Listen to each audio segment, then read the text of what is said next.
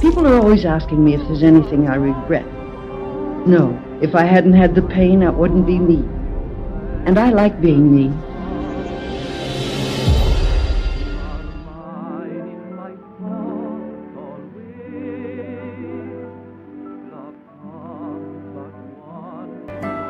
She almost forgot the best part of it. They found her sitting alone in the back of a taxi, her face half in shadow, half in the flicker of a dying streetlight. The driver would later say she kept turning the dome light on, again and again, as if afraid of the dark. That was Joan Crawford at the end. A woman who had once lit up every screen in America, now fighting not to disappear into silence. She had clawed her way from a Texas laundry to the palaces of Hollywood, reinventing herself until there was nothing left of the girl who began. Every movement, every word, every glance was rehearsed. Even her tenderness looked like a performance. Behind the glittering gowns and sculpted brows was a hunger that no applause could satisfy, a fear that being loved was never the same as being safe. The world called her a perfectionist. She called it survival. But what happens when the role you create consumes the person you were meant to be? This is Old-Time Docs. Tonight, we peel back the myths and follow Joan Crawford through the shadows of her own legend, to see not the star the world adored, but the woman who built herself out of pain and paid dearly to stay perfect. In the spring of 1904, when the air in San Antonio smelled of dust and laundry soap, a girl named Lucille Fay LeSueur was born into a world that barely noticed her arrival. America was straddling 2 centuries then. Horse-drawn wagons still rattled down dirt streets, but the age of moving pictures had just begun to flicker into life. For a child like Lucille, born to a mother who scrubbed the clothes of wealthier strangers, the dream of a better life was not something you reached for. It was something you ironed flat and folded away. Her father left before she could speak his name. Her mother, Anna, worked herself into silence, the kind of woman whose hands never stopped moving. Soap, rinse, starch, fold. They lived in the back of a laundry where the steam rose like ghosts and the air was always wet. At night, Lucille would watch through the fogged window as young couples strolled past, laughing under street lamps she was too poor to stand beneath. It was there, among the smell of lye and the hiss of pressing irons, that her first rebellion took root. She decided she would not disappear quietly. When she was about 14, the walls of poverty became too tight to breathe in. A travelling dance troupe passed through town, performing at a cheap theatre near the rail yard. The music was loud, the costumes glittered, and the girls on stage moved like they owned the world. Lucille watched from the shadows, her heart pounding with something close to envy, or maybe recognition. When the troupe packed to leave, she followed them. Some say she ran away without telling her mother. Others claim her mother helped her go, hoping she might find a way out. What's certain is that a teenager with no family and no money boarded a train that night, leaving behind her name, her town, and the only life she had ever known. She called herself Billy Cassine now, a name she'd borrowed from a theatre manager who gave her a chance to dance in his shows. Life on the road was no fairy tale. The troupe travelled from one small town to another, performing in vaudeville halls where the seats were sticky and the applause came mixed with the smell of whiskey. The girls slept 2 or 3 to a bed, ate what they could, and learned fast that beauty was currency and charm was a kind of armour. Billy wasn't the best dancer, but she had something rarer, a stare that could cut through cigarette smoke, a restless energy that made people watch her, even when she wasn't in the spotlight. By the early 1920s, the world was changing. The Great War had ended, jazz filled the air, and women were cutting their hair short, daring to vote, and stepping into the kind of freedom their mothers never knew. Billy felt it too, as that hunger to be seen, to be more. Somewhere between Kansas City and Chicago, an MGM talent scout caught her act and saw what others hadn't. The raw material of stardom. She was 20, broke, and already fearless. He sent a telegram that changed everything. Come to Hollywood. She arrived in Los Angeles with 2 worn dresses and a second-hand suitcase tied with string. Hollywood Boulevard shimmered under electric lights. But behind the glamour lay a factory of dreams where young women were built, branded, and discarded. At MGM, they looked her up and down, then decided even her name needed to go. She'd already lived a dozen lives before Hollywood ever heard her name.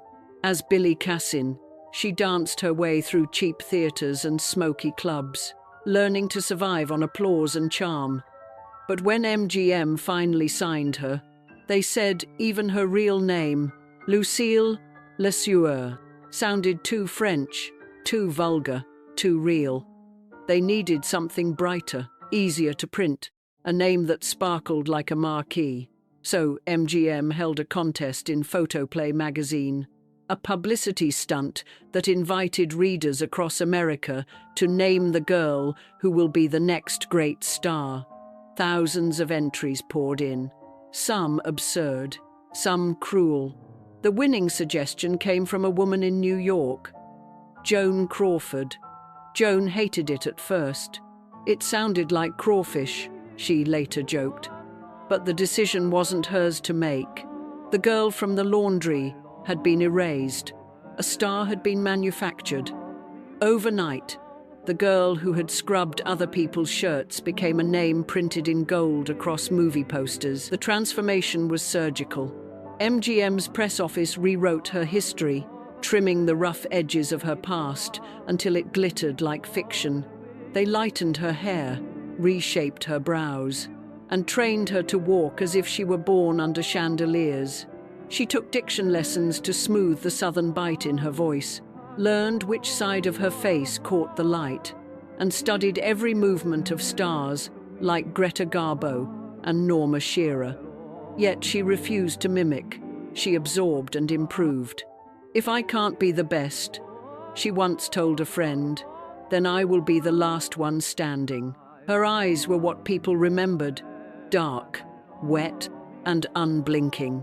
Cameramen said she could communicate pain, pride, and seduction in a single look. Under the lights, her face seemed carved for the screen. Sharp cheekbones, trembling lips, and a gaze that dared the world to underestimate her. She was not soft like other starlets. She was electric, a storm disguised in silk. Her big break came in Our Dancing Daughters in 1928. It was the final glow of the silent era, and Joan moved like music itself. She danced with such defiance that even the camera seemed to chase her. The critics said she embodied the spirit of the jazz age, wild, restless, unashamed. Audiences adored her. The studio turned her into a symbol of modern womanhood, independence wrapped in sequins. But for Joan, success was not enough. She didn't just want to be seen, she wanted to be remembered. In private, she pushed herself beyond reason. She catalogued every review, tracked her lighting angles, and timed her smiles to the rhythm of audience applause. She wasn't just acting, she was studying survival. Her colleagues said she'd stay on set long after everyone left, rehearsing gestures no one had asked her to perform. That discipline, that obsession, came from a single truth she never escaped. Everything she had could be taken from her, just like her father. Her name, her childhood. The world saw glamour. She saw warfare. Hollywood's beauty standards were brutal, and she fought them like a soldier. She monitored her diet, studied her reflection for hours, and refused to appear vulnerable. Every photograph, every word, every scene had to serve the myth of Joan Crawford. Even her kindness was choreographed. But beneath the precision, there was longing, the kind that no amount of fame could quiet. Still, she believed in the performance. The girl from the laundry had built herself into a cathedral of light, and she would spend the rest of her life defending its walls. At MGM, Louis B. Mayer wanted his stars to glitter in public and obey in private. He understood the power of a story, and he wanted his leading lady to live one. Publicists planted rumors of Joan's dinners with producers, her late-night drives with actors, her mysterious admirers who sent orchids to her dressing room. It was spectacle as strategy, and Joan played along, not because she was naive, but because she knew visibility was everything. In Hollywood, the moment you stopped being wanted, you stopped existing. But for all her careful performance, Joan still longed for something real. Beneath the diamonds and rehearsed smiles was a woman who feared that without the spotlight, she might vanish. She tried to love. She really did. There were flings with directors, brief affairs with co-stars, men who praised her ambition until it began to eclipse their own. Each relationship ended the same way.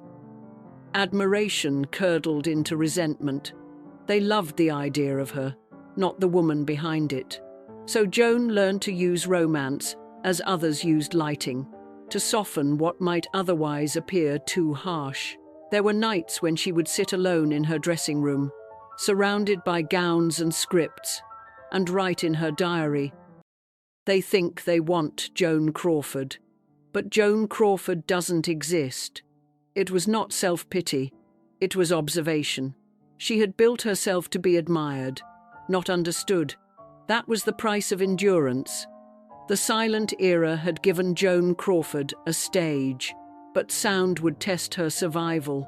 When the talkies arrived at the end of the 1920s, many stars vanished overnight, their voices too shrill, their charm lost in the microphone's glare.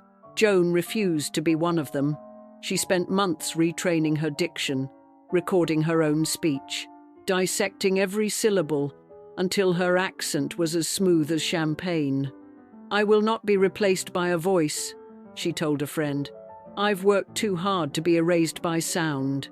MGM, ruled by Louis B. Mayer, was a kingdom built on illusion, and he demanded absolute obedience from his stars. Joan understood him better than most. Mayer sold dreams, and she was his most disciplined dreamer. But in private, she kept a ledger, not of money, but of grievances. Every insult, every slight, every rival who dismissed her was written down like a debt to be repaid. Her rivalry with Norma Shearer, the queen of MGM and Mayer's favorite, became Hollywood legend. Shearer had married into power.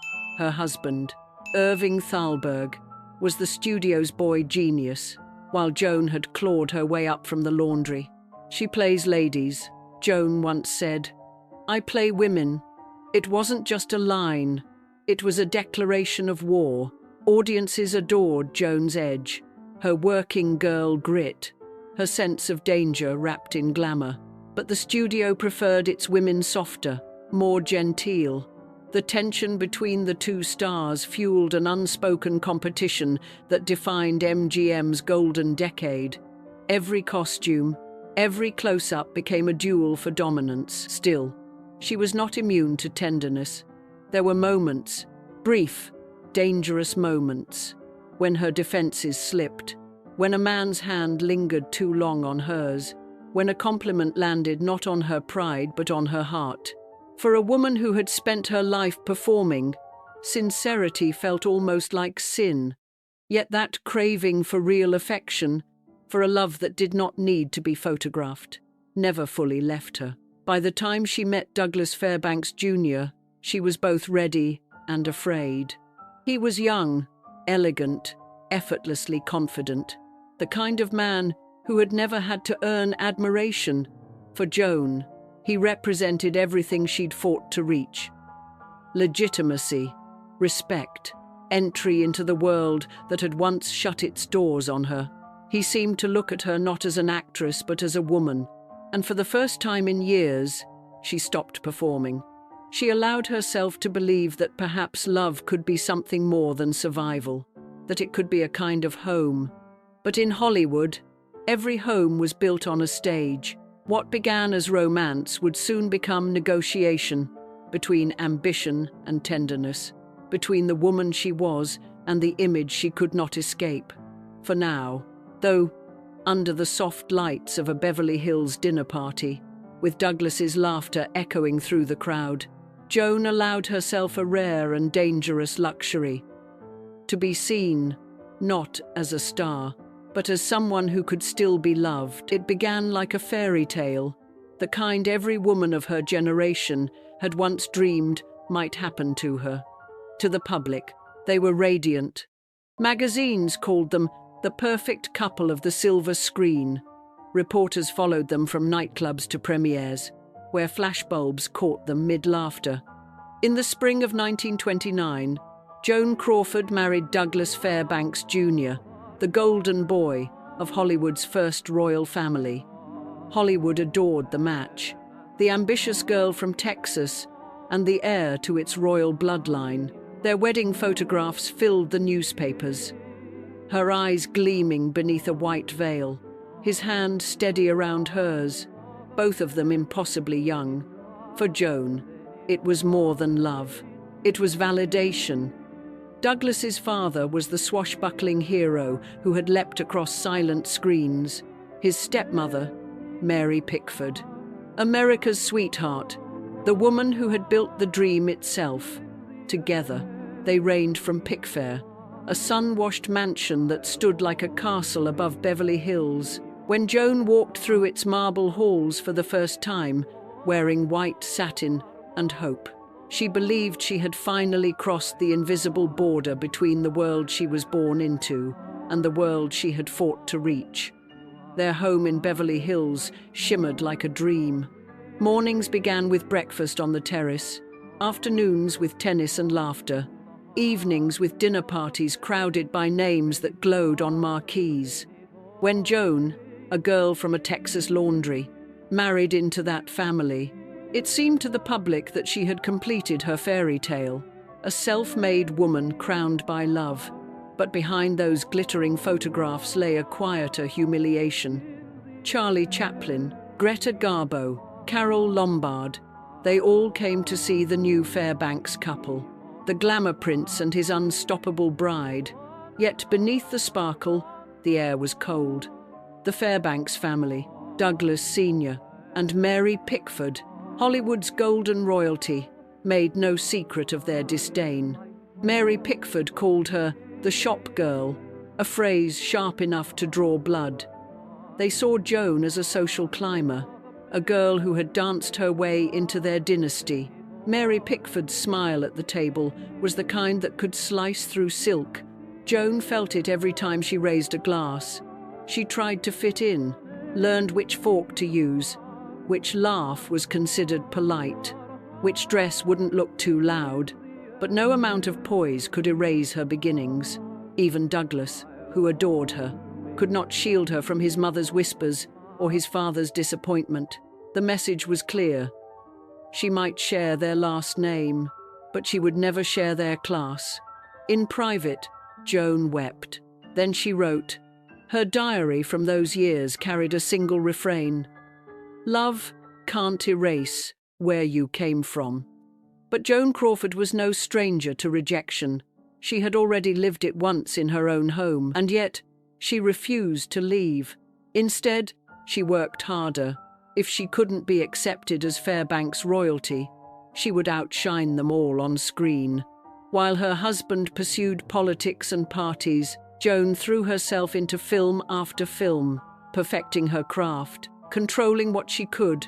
The camera, at least, never judged her accent.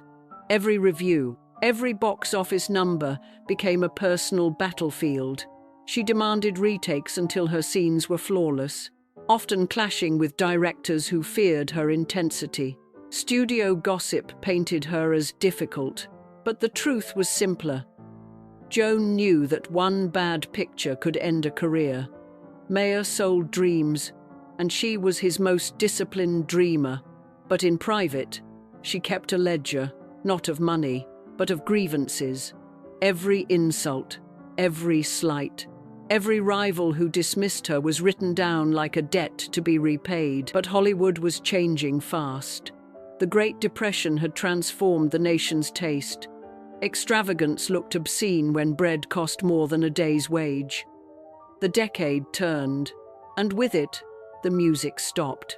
The crash of 1929 didn't just silence Wall Street, it silenced the laughter in every theater across the country. America was weary from depression, its appetite for fantasy replaced by a hunger for realism.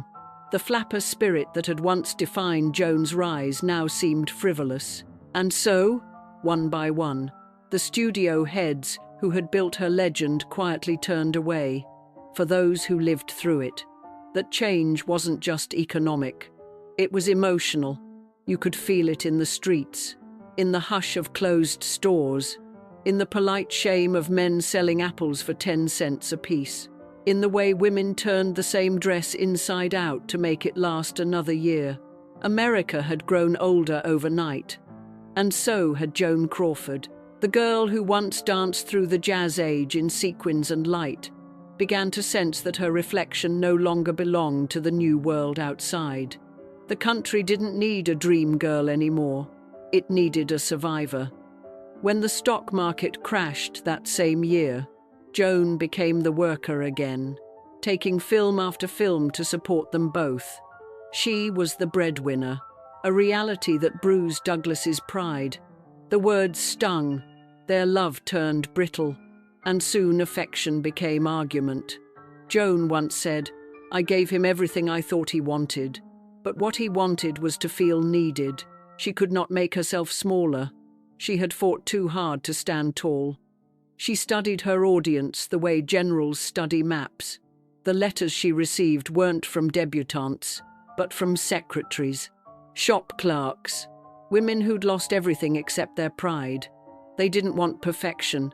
They wanted proof that a woman could fall and still rise without anyone's permission. Joan gave them that. She shed the sparkle, cut her hair, hardened her stare. In dance, fools, dance, Joan was no longer the glittering girl of the jazz age. She was a woman trying to stand upright after the floor had vanished beneath her feet. Her character loses everything: home, love, security, and takes a job in a newsroom, learning to fight for her place in a man's world. There was nothing theatrical about it. You could see, in her stillness, the memory of the laundries she came from. In Sadie McKee, she played a woman betrayed by men and money, but never by her own strength. The scene where she walks through the rain, makeup running, eyes fierce with hurt, that became one of the defining images of Depression-era womanhood. Every woman in that darkened theater understood her. The heartbreak, the pride, the quiet vow to keep going. These roles weren't fiction to Joan, they were confession. She wasn't acting survival, she was remembering it. And that truth, raw and unadorned, is what made audiences love her, not as a star, but as one of their own. By the early 1930s, she was the embodiment of the modern American woman, ambitious, sharp, self-made. Her films like Grand Hotel, Dance, Fools, Dance, and Possessed showed working-class heroines clawing their way toward success, mirroring the real women of the Great Depression who watched her from crowded theaters. They saw themselves in her struggle, a woman who started with nothing, yet refused to bow. In a nation haunted by breadlines and foreclosures, Joan Crawford became more than an actress. She was proof that discipline could defy fate. The irony was that, behind the screen, she was still running from poverty's ghost. Their marriage became a duel of pride and distance. In public, they smiled for the cameras. In private, the silence grew unbearable. They danced at the Coconut Grove, posed for photographers, fed swans at Pickfair's Pond, a living advertisement for the American dream. Yet behind the lens, the dream soured. Douglas loved her fiercely, but he was young and still learning how to be a man. Joan, hardened by survival, could not bear dependence, hers or his, but Hollywood punishes women for the very discipline it demands. They quarreled over schedules, jealousy, and the shadow of his famous parents. Her marriage to Douglas Fairbanks Jr., the Prince of Hollywood's royal family, had collapsed years earlier under the weight of class and expectation. Their divorce in 1933 was discreet, but for Joan it was an unhealed wound. She had tried to rise through love, and learned instead that love could be another gate she was not allowed to pass. The night he told her he was leaving, she reportedly looked at him for a long moment and said quietly, "You're not leaving me. You're leaving what you can't control." From that day, she swore that no man would ever hold the keys to her life again. But in 1937, while filming Mannequin, she shared a brief but volatile fling with Spencer Tracy. Their chemistry was immediate. Two perfectionists drawn to the same fire, but it burned too hot, too quick. He drank to forget. "I worked to survive," she later wrote. It was less a romance than a mirror. Each saw in the other the cost of ambition. Around the same time, she found herself drawn into another entanglement, this time with Clark Gable, the so-called King of Hollywood. They had met years earlier while filming Dance, Fools, Dance, and from the first day, their chemistry was undeniable. Two forces of nature colliding under the heat of the Klieg lights, both proud, both ambitious, both too alike to last. Their connection became one of Hollywood's open secrets, intense, magnetic, and quietly dangerous. But Gable was married, and MGM, protective of its golden image, couldn't afford scandal, so they loved in the shadows, between rehearsals and wrapped sets, pretending to be nothing more than colleagues. When Gable married Carole Lombard, Joan smiled for the cameras, graceful as ever, but behind the glamour, something in her fractured. That loss marked her deeply. From then on, control became her armor. She understood that everything love, fame, even safety could be taken at any moment. From Gable, she learned her final rule of survival. If the world could not be trusted, then perfection must be her defense. But then came Francho Tone, different. We Live was meant to be just another MGM wartime melodrama, a film about duty, longing, and impossible love. But somewhere between the takes, fiction began to blur into something dangerously real. Francho Tone was different from every man Joan had known. They met under the blinding heat of studio lamps. He carried himself like someone who had never had to fight for air, elegant, deliberate, a quiet confidence born from privilege. He spoke softly, his voice tinged with the East Coast polish of old universities and older money. On set, he teased her about her perfectionism, calling her Miss Crawford, the Magnificent, and she laughed, the kind of laugh that startled even her. The first time they rehearsed a love scene, she tried to keep her distance. The director barked instructions, lights glared, and the camera whirred like a heartbeat. But when his hands brushed hers, just a touch, as the script demanded, something inside her stilled. He smelled faintly of tobacco and cologne, not the cheap kind that clung to studio walls, but the quiet scent of a man used to silk sheets and slow mornings. Her lines caught in her throat. The take ended, but she didn't move. Years later, Joan would say that, for the first time in years, I forgot which part was acting. Their chemistry on set was unmistakable. Between takes, their hands lingered longer than the script required. She would catch him watching her in the mirror as the makeup girl powdered her face, his smile soft, curious, amused. In those early days, Francho treated her not as a manufactured star, but as a woman, something no one in years had dared to do. She once said, "He looked at me as if I were real." For Joan, that was a dangerous kind of tenderness. She had built her life on control, on calculated grace, and now here was a man who disarmed her with kindness. What began as a film turned into courtship. Francho sent flowers to her dressing room, always white, lilies, gardenias, never roses. They shared late dinners at the Brown Derby, his hand resting lightly on hers, her eyes darting to see if anyone noticed. By day, they played lovers on screen.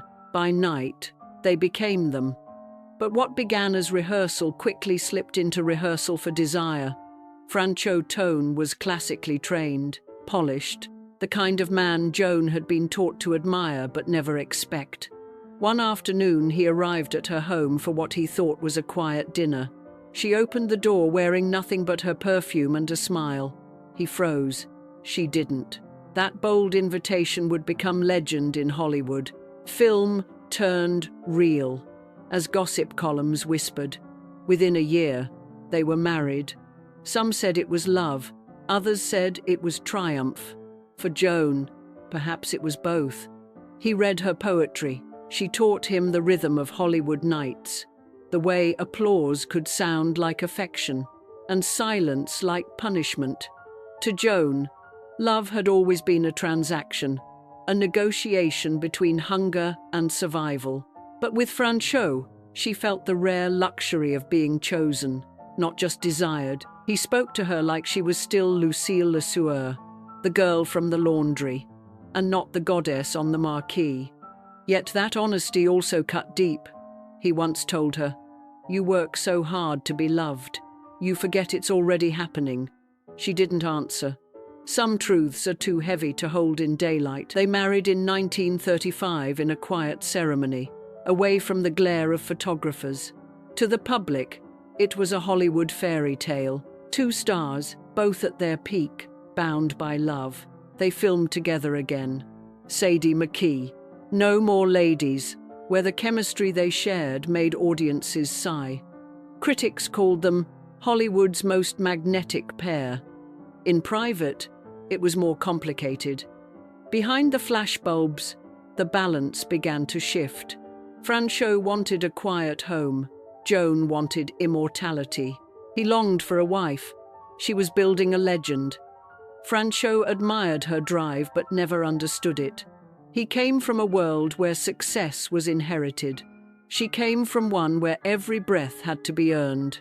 He wanted laughter, travel, long mornings with coffee. Joan wanted perfection. She lived by call sheets and clock hands, her life scheduled between rehearsals and reshoots. He would wait for her at dinner, watching the soup grow cold while she stayed behind to redo a scene she already knew by heart. At first, he adored her intensity, the same fire that made audiences lean forward in the dark. But over time, that flame began to burn them both. The more she achieved, the smaller he seemed to feel. When she won the role over him or outshone him at a premiere, he smiled for the cameras but drank alone after. The gossip columns began to whisper, calling him Mr. Crawford, a cruel little phrase that wounded his pride and sharpened her guilt. Joan pretended not to notice, but she kept every clipping, every headline that mocked them. She understood humiliation too well to forget it. She tried to make amends. Dinners by candlelight. Notes slipped into his scripts, but the distance only grew. Their house in Brentwood was filled with silver trophies and unspoken tension. On weekends, they entertained Jean Harlow, Clark Gable, Carol Lombard, laughter echoing through rooms too beautiful to feel alive. But when the guests left, the silence returned. Francho would retreat to his study, Joan to her mirror. In reflection, she saw not a wife, but a woman fighting extinction. Every new ingénue on the MGM lot was a warning.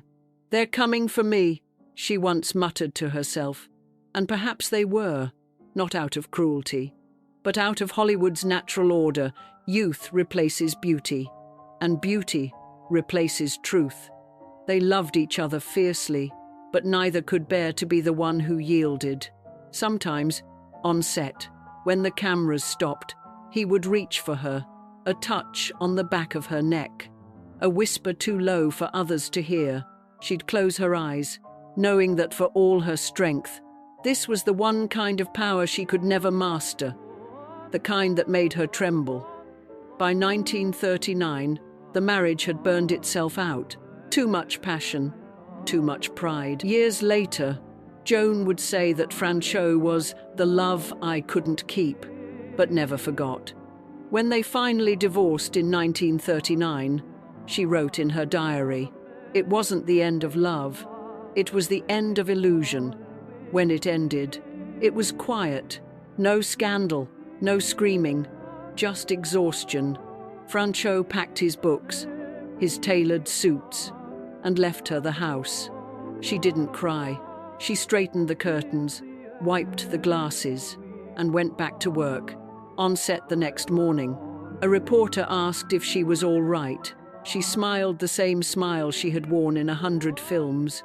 "Of course," she said, "I'm always all right." But at night, when the lights dimmed and the city outside her window flickered like an old reel, she knew the truth. Yet when he was gone, the silence in her house felt enormous. She filled it the only way she knew how: with work. The woman who had once danced her way out of poverty was now trapped again, this time in a gilded cage of her own making. She had loved a man who wanted a wife. She had become a woman who could only survive by being a star. And somewhere between those two truths, Joan Crawford began to vanish into the legend she had created. But Hollywood doesn't mourn for long. The same week her divorce was finalized, MGM sent her a new script, another heroine who rises from nothing, another chance to prove that Joan Crawford could never be outshone. She wiped her tears, powdered her face, and stepped once more into the light. By the time the 1940s arrived, Joan Crawford was still a household name, but in Hollywood, fame ages faster than beauty. The MGM lot, once her kingdom, now buzzed with younger voices: Lana Turner, Judy Garland, Jean Tierney, bright, fresh, and obedient. For a woman who had once been the embodiment of the modern American dream, Joan suddenly found herself on the wrong side of the mirror. She was 36, still stunning, still precise. But in an industry that worshipped youth, that number sounded like a verdict. The same executives who once sent her roses now sent her scripts for mothers and mistresses. She returned them all unopened. At home in her Brentwood mansion, she tried to play the role of the unbothered star, but the mirrors told another story. The face staring back was flawless. Yes, but too composed. The kind of perfection that only comes from fear. Joan knew what the world whispered about women her age, that they were replaceable, and she refused to be replaced. "I will not be written off," she said, pacing her dressing room like a soldier, reviewing her strategy. When Mayer offered her lesser scripts, she rejected them outright. She would rather vanish than appear diminished. Joan, once MGM's most bankable star, now heard her name whispered with pity. The studio that had sculpted her into a goddess now called her obsolete. When the trade press branded her box office poison, she didn't cry. Louis B. Mayer, once her greatest champion, now spoke of her in the past tense. Scripts stopped arriving. Calls went unanswered. The same executives who once toasted her brilliance now avoided her gaze at studio parties. Joan could feel it happening, that quiet death of relevance. Joan didn't break down. She planned. She listed her assets, negotiated her exit, and bought out her own contract. On her final day at the studio, she walked through those gates in a grey suit, head high, spine straight. She had entered that lot as a nameless girl 2 decades earlier. Now she left it as a woman who refused to let anyone write her ending. For nearly 2 years, no one would hire her. The same magazines that once praised her discipline now speculated on her decline. But Joan had learned early that attention, even cruel attention, meant you were still alive in the public's mind. So she waited. She read scripts that others discarded. The marriage ended, but the wound remained. And that wound, the shame of exclusion, became the fire that drove her forward. One evening, as she sat on the terrace overlooking the city lights, she whispered to herself, "They think I'm done." She took a sip of brandy, watching her reflection in the glass, a face carved by survival, luminous still. Let them think it. She understood something most stars never learned until it was too late. That every fall, if endured with enough dignity, could become a setup for resurrection. The world might forget for a moment, but it never truly stopped watching. And when she returned, as she knew she would, the same voices that called her finished would call her timeless. She was not fading. She was gathering her strength. The world would soon remember. Joan Crawford never stayed gone for long. And when Warner Brothers offered her a small role in a low-budget film about a struggling mother, she saw what others didn't. A mirror. Her beauty was still impeccable. The sculpted brows, the perfect red mouth, but the confidence behind it had cracked. Joan Crawford, the woman who once defined the modern American dream, was suddenly without a stage. He was not famous, not powerful, not the kind of man who could open doors in Hollywood with a phone call. Philip Terry was an actor of quiet talent, the kind the studios kept on contract but never quite remembered. He had the face of a man who'd lived more life than he'd spoken of, and a voice that carried the calm of someone who had stopped expecting miracles. They met on a late autumn evening, at a dinner party neither had wanted to attend. The war had left Hollywood subdued, the laughter thinner, the champagne flatter. Joan arrived late, wrapped in silver satin, her hair swept high like armor. She had just been released from her MGM contract. Everyone whispered about her downfall, but pretended not to. Philip, sitting near the bar, was the only one who didn't stare. When their eyes met across the room, there was no spark, no instant thunder, just recognition. The quiet kind that feels like déjà vu.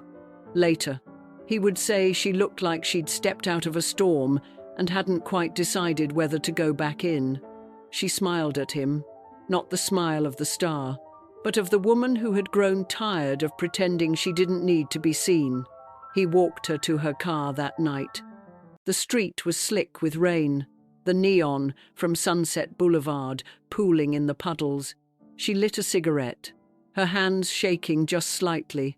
"They think I'm finished," she said, half to him, half to herself. He took the cigarette gently from her fingers and drew a breath. "Then maybe they've forgotten what finished looks like." She looked up, startled, and for a moment, the mask cracked. She laughed. It had been a long time since she'd laughed without rehearsing it first. He wasn't like the others, not a producer, not a gossip, not a man trying to climb. He listened. That was new. And when he looked at her, he didn't see the ruins of a star. He saw the woman still standing in the smoke. It would not be love at first sight, but something slower, a warmth she didn't trust yet. But one evening, when the rain returned, and he came by with 2 glasses and a bottle of brandy, the silence between them softened. That night, the house was too quiet for sleep. The fire had burned low, and the only light came from the amber rim of her glass. Joan sat by the piano, her shoulders bare beneath a silk robe, listening to the faint crackle of the record that had long stopped playing. Philip stood by the window, his tie loosened, the outline of a man both steady and unsure, as though afraid that if he moved too quickly, the spell might break. He crossed the room slowly. That night, the storm broke early. Rain pressed against the windows, tapping softly, like a memory trying to come in. Joan poured the brandy, her fingers trembling just enough for him to notice. "You always bring the weather with you," she said, her voice low, half a tease, half a truth. Philip smiled, removing his coat. "Only when you let me stay long enough to see it change." They sat close, closer than before, the space between them filled with the sound of rain and the soft crackle of the fire. The air smelled faintly of smoke and gardenia, that scent she wore when she wanted to feel alive again. She tried to keep her distance. She always did. But when he reached to tuck a loose strand of hair behind her ear, something in her went still. For years, she had been sculpted, managed, corrected, every glance rehearsed, every movement staged. But this was not performance. It was instinct. Their eyes met, and in that quiet moment, she forgot how to act. The scent of her perfume, gardenia and smoke, lingered between them. "You shouldn't be alone tonight," he said softly. And it wasn't pity. It was something warmer, something that waited.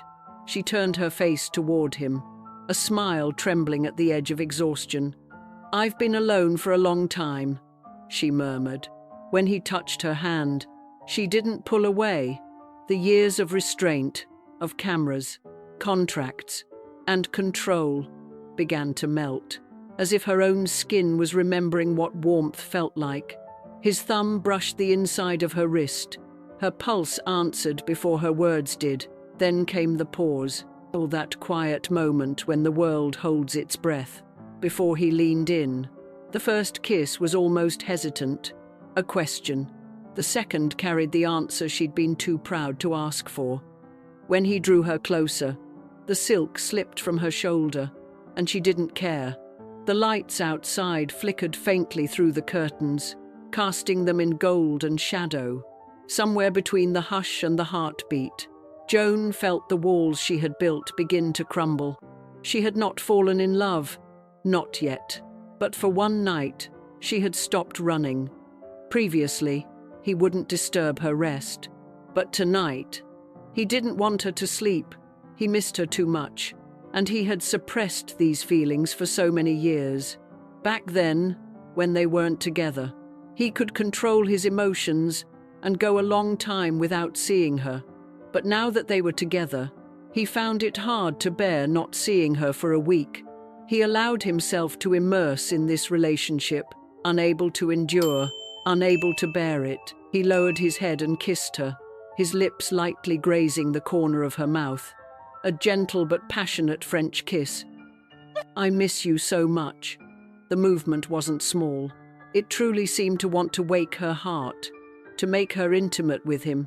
Joan, at that moment, seemed to be unlocked, suddenly letting out a sound, her eyes dazed as she looked at him. "You want me." They said nothing, their bodies close. He couldn't even imagine the feelings he had at that moment, both surprised and eager to merge with her. He pressed down on her. He repeated several times that he loved her. When the rain eased, Joan rested her head against his chest, listening to the rhythm beneath the quiet. It had been so long since she'd felt another heartbeat beside her own.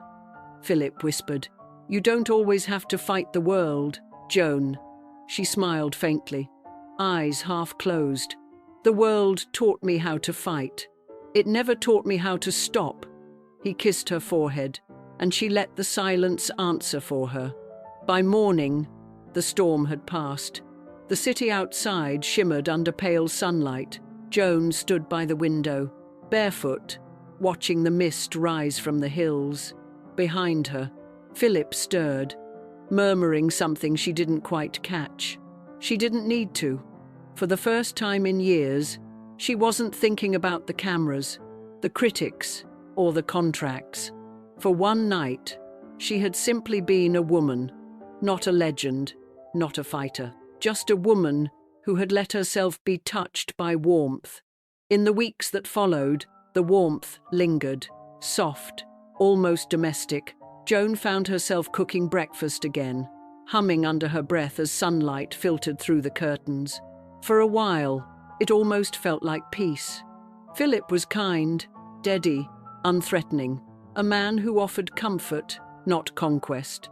And perhaps that was what drew her in. After years of struggle and performance, She longed for stillness. Long before she posed with babies for the magazines, Joan had already fought her own quiet war to become a mother. In 1940, after years of rejection by adoption agencies who considered single actresses unfit, she pulled every string she could to bring home a baby girl, Christina. For Joan, it wasn't just love, it was redemption. She had been the child no one wanted. Now she could rewrite that story. 2 years later, she married actor Philip Terry, not out of passion, but out of necessity, to make the picture whole, to look like the family she had always dreamed of having. They married quietly in the spring of 1942, far from the eyes of the industry that had already written her off. The newspapers barely noticed. For the first time in decades, Joan didn't mind. She had a husband who adored her, a home filled with silence that didn't feel hostile, and the illusion of safety. But illusions, like fame, are fragile. Hollywood's lights no longer called for her. She wandered the garden during the day, clipping roses no one would ever see, pretending not to hear the phone that never rang. Philip tried to fill the emptiness with small kindnesses, breakfast trays, weekend drives. Letters slipped under her door when he thought she was sad. Yet the quiet that once soothed her began to suffocate. He would find her some nights sitting alone in the living room, cigarette in hand, staring at the blank screen of the television. "You miss it," he said once. She nodded. "It's not the work," she whispered. "It's the fight." Philip didn't understand that she was built for motion, for tension, for the chase. Comfort was foreign to her. Peace felt like decay. Their love had started as rescue. But Joan never stayed rescued for long. The more he tried to hold her, the more she slipped into the old armor. Discipline, distance, perfection. She returned to her mirror like a confessional, studying the woman she had become, tracing the faint lines around her eyes with a mix of dread and defiance. When offers finally came, they were small, supporting parts, scripts about aging women and fading glamour. She refused them all. "I will not die quietly," she told Philip one evening, her voice trembling not from anger but fear. He tried to calm her, but she pulled away. "You don't understand," she said. "They think I'm finished, and if I let them, I will be..." By the end of 1943, the distance between them had grown into silence. Their marriage, once tender, became a kind of truce, polite, hollow, unspoken. Philip loved her still, but Joan's heart was elsewhere, chasing something she couldn't name, something only the camera had ever given her. When Mildred Pierce first crossed Joan Crawford's desk, it was almost by accident. The studio hadn't sent it to her. It had already been passed over by Bette Davis, Anne Sheridan, and Barbara Stanwyck. Warner Brothers considered Joan a relic of another era, too cold, too precise, too finished. But when she read James M. Cain's novel, the story of a mother betrayed by her daughter, clawing her way from waitress to self-made woman, she felt a shiver of recognition. It wasn't just a role, it was her life. Still, when she asked for the part, they laughed. "Crawford, she's finished." The rejection burned hotter than any review. She had known humiliation before. The cold eyes of Mary Pickford at Pickfair, the whisper of the shop girl trailing behind her in ballrooms. But this was different. This was her craft being dismissed, her fire denied oxygen. So she did what she had always done. She fought back. She marched into producer Jerry Wald's office and demanded a screen test. "If I fail," she said, "you'll never hear my name again." Philip watched her pack her suitcase for the shoot. "You don't have to prove anything anymore," he said quietly. She looked at him with a half smile, the same one she used to wear before a battle. "Yes," she whispered, "I do." And just like that, she walked toward the set that would make her immortal, leaving behind the man who had given her comfort, for the struggle that made her alive. On the day of the test, she arrived early. Plain blouse, no jewels, hair tied back. By the winter of 1944, the Warner Brothers lot buzzed with whispers. No one quite understood why Joan Crawford was there. To many, she was yesterday's star. Too old, too polished, too MGM. When Michael Curtiz, Warner's most exacting director, looked at her through the camera lens, he frowned. "This is not Joan Crawford," he muttered. "This is a woman." He rolled the film. What he saw in those next few minutes would change both their lives. She wasn't performing. She was confessing. The exhaustion in her eyes, the pride in her posture, the way her voice cracked on the word mother. It was all real.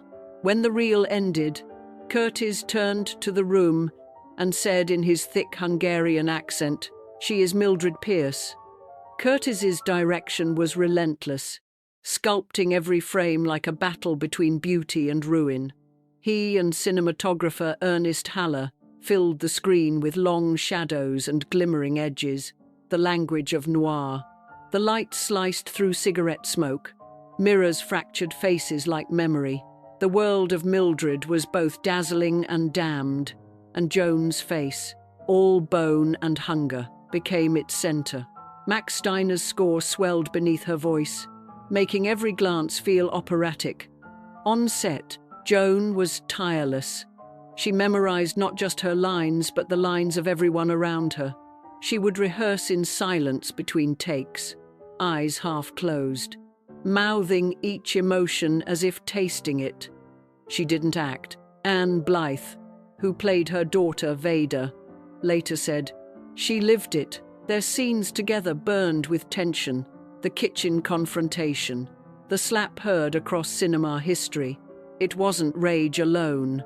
It was betrayal, pride, and a lifetime of unspoken hunger bursting through one movement." Curtiz and Joan fought often.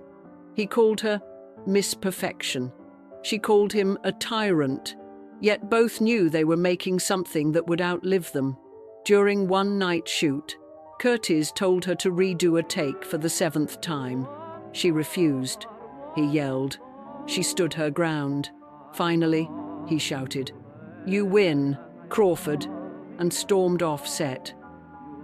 Now the film for the Best Actress of 1945, please. Technicians, watch. 5 nominees again for the Best Actress. First, Ingrid Bergman in The Bells of St. Mary's. Dr. McKay felt that... Joan Crawford in Mildred Pierce. How much of a share would your pride require, Monty? Please don't put it that way, Mildred. You know it hurts me to do this. Greer Garson in The Valley of Decision. How deeply grateful I am for what you've done for Mother. Jennifer Jones in Love Letters. Both afraid of the same thing, Alan. Jean Tierney in Leave Her to Heaven. Did he refuse to leave? Don't, Richard, don't. Was that why you killed him? I didn't mean to let...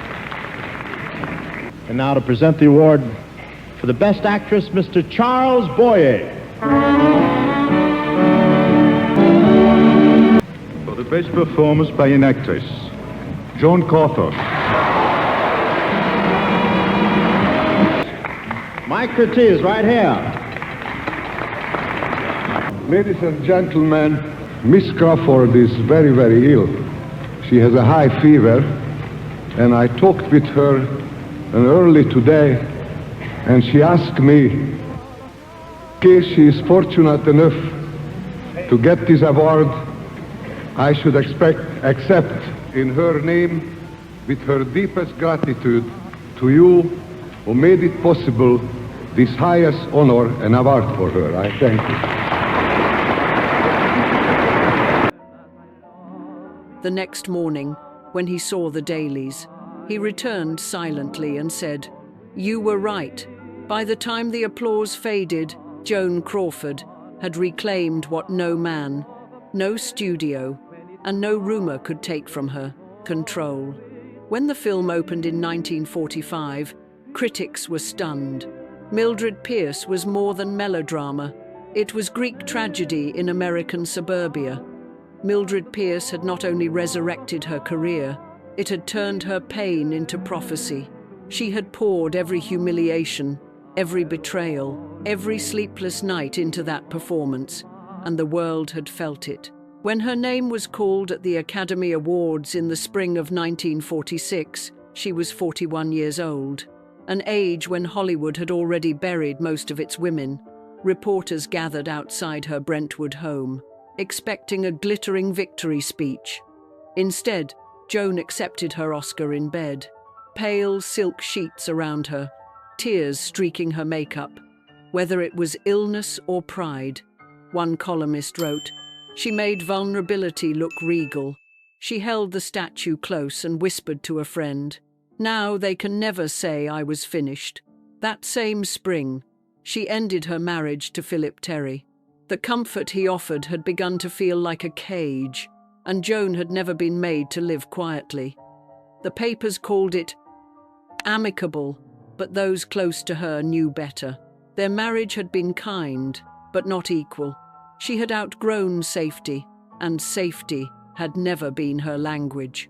After the ceremony, she hosted a small dinner, not for celebration but for reflection. A few friends remembered her raising her glass and saying quietly, I built myself once. I can do it again, as many times as I must. Hollywood, once skeptical, now bent at her feet again. Studios sent scripts by the dozen. Directors who had once dismissed her as difficult suddenly called her formidable. She was no longer the flapper, nor the ingenue. She was something rarer, a woman who had survived her own legend. And yet, in the quiet hours, Joan would walk through her home and touch the edges of her Oscar, as though to remind herself it was real. It gleamed cold in her hand, a symbol not of triumph, but of what it had cost her. Fame had returned, but the price of keeping it, of keeping herself, would demand everything once more. Still, that night as the city slept, she stood by her window and looked out over the glittering sprawl of Los Angeles. Below her, the lights pulsed like the heartbeat of the dream she had once chased from the back of a laundry in Texas. She lifted her glass toward the horizon and whispered, to every woman they called finished. Crawford is magnificent, wrote the New York Times. She wears her suffering like a crown. The camera flashed like lightning across the quiet house. Joan held the baby close, her hand trembling just enough for the photographer to murmur, perfect. Hold it, Miss Crawford. She smiled, but her smile wasn't for him. It was for the world she had built, a world that might finally let her be something other than a star. That afternoon, as the bulbs went off one after another, she wasn't acting Mildred Pierce anymore. She was acting the part she had wanted all her life. A mother. For years, she had dreamed of this, or of arms that could hold without needing to seduce, of belonging to someone who didn't come and go with applause. She'd grown up watching her own mother scrub strangers' clothes, never once remembering the warmth of being held. Later, in Pickfair's marble dining room, she had been made to feel small again, the shop girl, they called her, a woman good enough to be desired but never truly loved. Fame had proven she could be admired. What she wanted now was to be needed, to create a home no one could take from her. So she built one, room by room, rule by rule. Breakfast served at 8. No fingerprints on glass, no raised voices, no mistakes. The children were immaculate. Hair combed, shoes shined, collars stiff. She photographed everything. The cradle, the laughter, the Christmas mornings that gleamed like film sets. To outsiders, she seemed at peace, finally fulfilled. But inside her, a different current moved. Every moment of tenderness carried an echo of fear. The fear of being found unworthy again, all of watching affection slip away like her father, like Douglas. Like youth, love, for Joan, was not soft. It was a performance you rehearsed until it looked effortless. By 1950, Control had become Joan's final art form. When she met director Vincent Sherman during The Damned Don't Cry, she invited him to her house one evening to study her old films. Halfway through the reel, she stopped the projector, turned to him, and slowly began to undress. Sherman later wrote, "I was shocked, not because she was naked, but because it was so deliberate. She knew exactly what she was doing. To her, seduction was a contract, a way to secure control over the film. They began a brief but consuming affair, blurred between power, fear, and fascination." Sherman later admitted that Joan didn't seduce him for pleasure, but to ensure he would never dare to betray or underestimate her. Hollywood at that time was a man's world. Directors and producers held all the power. A star in decline like Joan, even after Mildred Pierce, knew that her influence was slipping away. She used sex as a form of defense, the way others used contracts. A mix of possession and warning. "You belong to my film," Sherman later said. "I wasn't her lover. I was her hostage, willingly taken." For Joan, intimacy was never about pleasure. It was a negotiation. In a world ruled by men, desire became her weapon, and the bedroom, her final battleground. Her housekeeper later said she never saw Joan relax, not once. Even rocking a baby, she'd keep one eye on the mirror, as if trying to memorize what happiness was supposed to look like. When Christina cried, Joan would whisper, "Good girls don't make noise." When Christopher broke a toy, she'd sweep it away before it could clutter the floor. Everything must shine, she told the staff. Even love. She believed it. The cameras had trained her to, yet, beneath the discipline, there was a terrible tenderness, the kind that grows in people who were never comforted. She wasn't cruel because she wanted to be feared. She was cruel because she was afraid. Afraid that if she ever stopped controlling, the world would see the cracks again. Afraid that her children might inherit the same shame she had fought so hard to bury. So she guarded them, polished them, posed them, and in doing so, repeated the very distance she swore to escape. Years later, Christina would write her book, and the world would divide, believers and deniers, witnesses and defenders. But maybe the truth was never simple. Maybe Joan Crawford really did love her children, only in the way she had learned, with precision, not patience, with fear, not freedom, because love, to her, was never a sanctuary. It was a test. That night, when the photographers left and the house fell quiet, she lingered in the nursery. The air still smelled of powder and warm milk. She looked down at the crib, at the perfect stillness of the child sleeping there, and whispered almost in wonder, "You're mine. You can't leave." Then she turned off the lamp, leaving the room bathed in moonlight, half tender, half haunted. For the first time, she realized she hadn't built a family. She had built a fortress. By the time the 1950s arrived, the house in Brentwood had become less a home than a shrine, a museum of perfection frozen in time.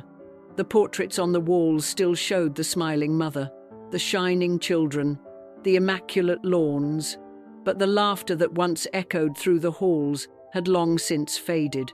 The twins were away at school. Christina had grown into defiance. Christopher had vanished into silence. Joan would walk through the empty rooms in silk robes, touching the furniture as if it were made of memory, not wood. To the world, she was still a legend, poised, dignified, untouchable. But the evenings told another story. By the early 1950s, Joan was no longer chasing fame. She was chasing proof that she was still alive. There was Kirk Douglas, the golden boy of a younger Hollywood. Their night together began with champagne and ended on the rug, under the soft glow of her vanity lights. Douglas would later say, "She was beautiful, but cold. We made love like two professionals, efficient, practiced, without warmth. When it was over, Joan didn't blush or smoke in silence. She stood, fixed her robe, and took him upstairs to show her children, tied neatly into their beds. Perfect, disciplined. Even motherhood had become choreography. The evenings at Brentwood began like rituals. The maid would draw the drapes before sunset, polish the silver, and light the long row of candles that stretched across the dining table. 12 of them, always white, always even. Joan would appear at the top of the staircase in a silk gown, the color of pale champagne. Her perfume, Guerlain's Le Heur Bleu, trailing behind like memory. Dinner was a ceremony, even when she dined alone. The first course was always chilled vichyssoise. The second, steak seared rare, served on porcelain with a gold rim. Beside her plate, a crystal glass of vodka. No ice, no lemon, just cold purity. She once told a friend, a woman should never let her drink sweat. It says she's lost her composure. Guests still came sometimes, a gossip columnist, an agent's wife, a young actor who reminded her faintly of Franchot Tone. The conversation glimmered with laughter, but never warmth. Joan would listen, smile, and refill everyone's glass, her own staying mysteriously full. When the party ended, she'd stand at the door waving, her face still lit by candlelight long after the taillights vanished down the drive. Then, barefoot on marble floors, she'd collect the empty glasses herself. Order, she'd murmur. Always order. The echo answered her back. The house was immaculate, not a speck of dust, not a crooked frame. Her dressing table gleamed with powders and brushes aligned like instruments in a surgeon's kit. Every morning, she woke before 8, applied her makeup in silence, and brushed her hair 100 strokes before facing her reflection. She said it was discipline. The truth was closer to defense, as if perfection might hold the loneliness at bay. One man after another passed through her life like reflections on glass, bright, fleeting, never enough. Then came Jeff Chandler, tall, broad-shouldered, with that quiet steadiness Joan had always sought and never found. She personally chose him for female on the beach, insisting he was the only man who could match her presence on screen. The chemistry between them didn't need to be written. It burned straight through the celluloid. On set, she'd lean closer than the camera required, her breath brushing his ear between takes. "You can't fake hunger," she once told him, half teasing, half true. Off-set, they stayed late, finishing bottles of vodka while the ocean sighed outside the studio bungalow. Those nights were slow and heavy, the kind of nights when loneliness wears the mask of passion. To outsiders, it looked like seduction. To Joan, it was survival. She needed to feel wanted, even if only for a few hours. Chandler later said, "She could make you believe you were the only man in the world, until morning came, and she was already rehearsing her next scene." Each affair left her polished, but emptier. Each night, she returned to the mirror, the only lover who never left, the only witness to how much light it took to hide the dark. Vodka became her companion. She'd drink slowly, methodically, with the same control she once brought to the camera. The first sip burned. The next felt like calm. She liked it clear and cold, poured into crystal that caught the candlelight like liquid glass. "It keeps me level," she said once, though the level she meant was survival. Sometimes she'd walk through the garden after midnight, robe wrapped tight, heels sinking into the grass. Neighbors would catch glimpses of her under the moonlight, a tall figure with a glass in hand, looking out over the dark city. To them, she still seemed regal, untouchable, the eternal star. But inside the house, the mirrors told a gentler truth. The woman staring back was tired, not defeated. Never that. just tired of being perfect. Hollywood had moved on, trading her kind of glamour for something softer, freer. But Joan couldn't change now. The armor was welded to her skin. She kept the lights on, the gowns pressed, the smile ready, waiting, perhaps, or for one more flashbulb, one more night when the world would remember her. And so, in that gleaming Brentwood palace, the legend of Joan Crawford carried on, polished, perfumed, and heartbreakingly alone. She wasn't drinking to forget. She was drinking to feel alive. When Alfred Steele entered her life, Joan was 50, still luminous, still magnetic, but weary from fighting battles no one else could see. He was the chairman of Pepsi-Cola, a man of figures and factories, not film sets, and for the first time in years, someone looked at her without comparing her to a younger face. He saw discipline, intelligence, and a kind of radiance that age could not dim. For Joan, it was intoxicating, a love unconnected to applause. They met at a charity dinner in New York. She wore navy satin, a single diamond at her throat, and laughed at his small talk about carbonated water, as if he'd told her something profound. Later, she would say, "He made me feel useful again." Their courtship was quiet, elegant. No studio cameras, no orchestrated headlines. He sent her roses. She wrote him notes in blue ink. When he called, her voice softened in ways it hadn't since her 20s.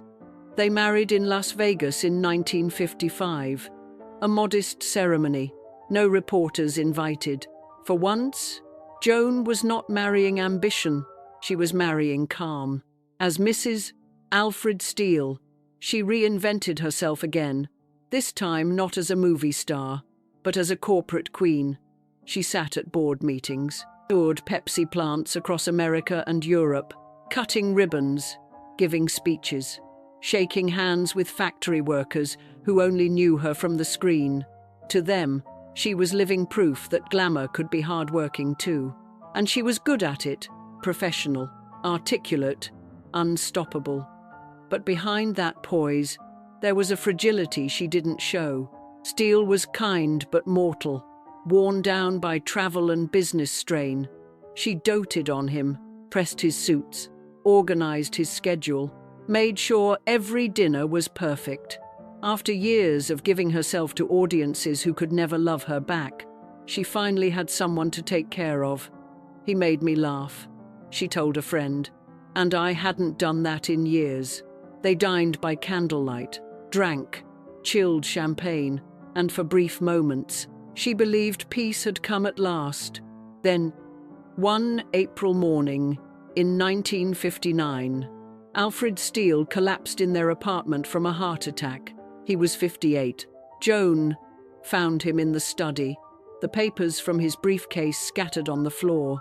In that instant, the silence she had fought for all her life came roaring back. "He left me the world," she told reporters later, "but I would have traded it to hear his laugh again." After his death, she remained loyal to Pepsi, serving on its board, attending events in immaculate suits and pearls. The cameras returned, but this time, they didn't adore her. They observed her. She was thinner, more composed, her voice quieter. The gossip columns called her Mrs.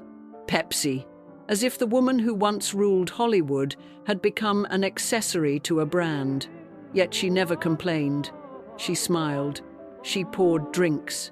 She posed beside blue and red logos, as if they were studio lights. By the late 1970s, Joan Crawford's world had grown quiet. No more cameras, no more applause, just the click of her typewriter, the rustle of silk sleeves as she straightened the same vase of carnations each morning. Her health began to falter. Insomnia, weight loss, tremors that she hid behind long sleeves and steady smiles. Still, she refused pity. "I'll die standing. If they can't see me perfect," she told a friend, "then they won't see me at all," she once said, and meant it. Christina, her eldest, had begun to speak out. first in whispers, then in interviews. Rumors hardened into accusations. Violence, cruelty, obsession with control. Mummy dearest, the world would call it. Some believed it, some didn't. What wounded Joan most was not the scandal, but the echo, the idea that even her own daughter saw her as a performance. To the public, she was either monster or martyr. To herself, she was just a woman who had never been taught how to love gently.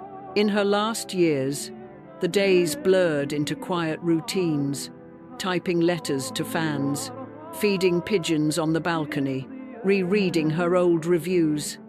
When she died in May of 1977, there were no crowds outside, no headlines, only the faint scent of jasmine lingering in the room, the last trace of a woman who had spent her life turning pain into poise. Those who knew her whispered that she died as she had lived, perfectly composed, refusing pity. A handful of friends came to the memorial.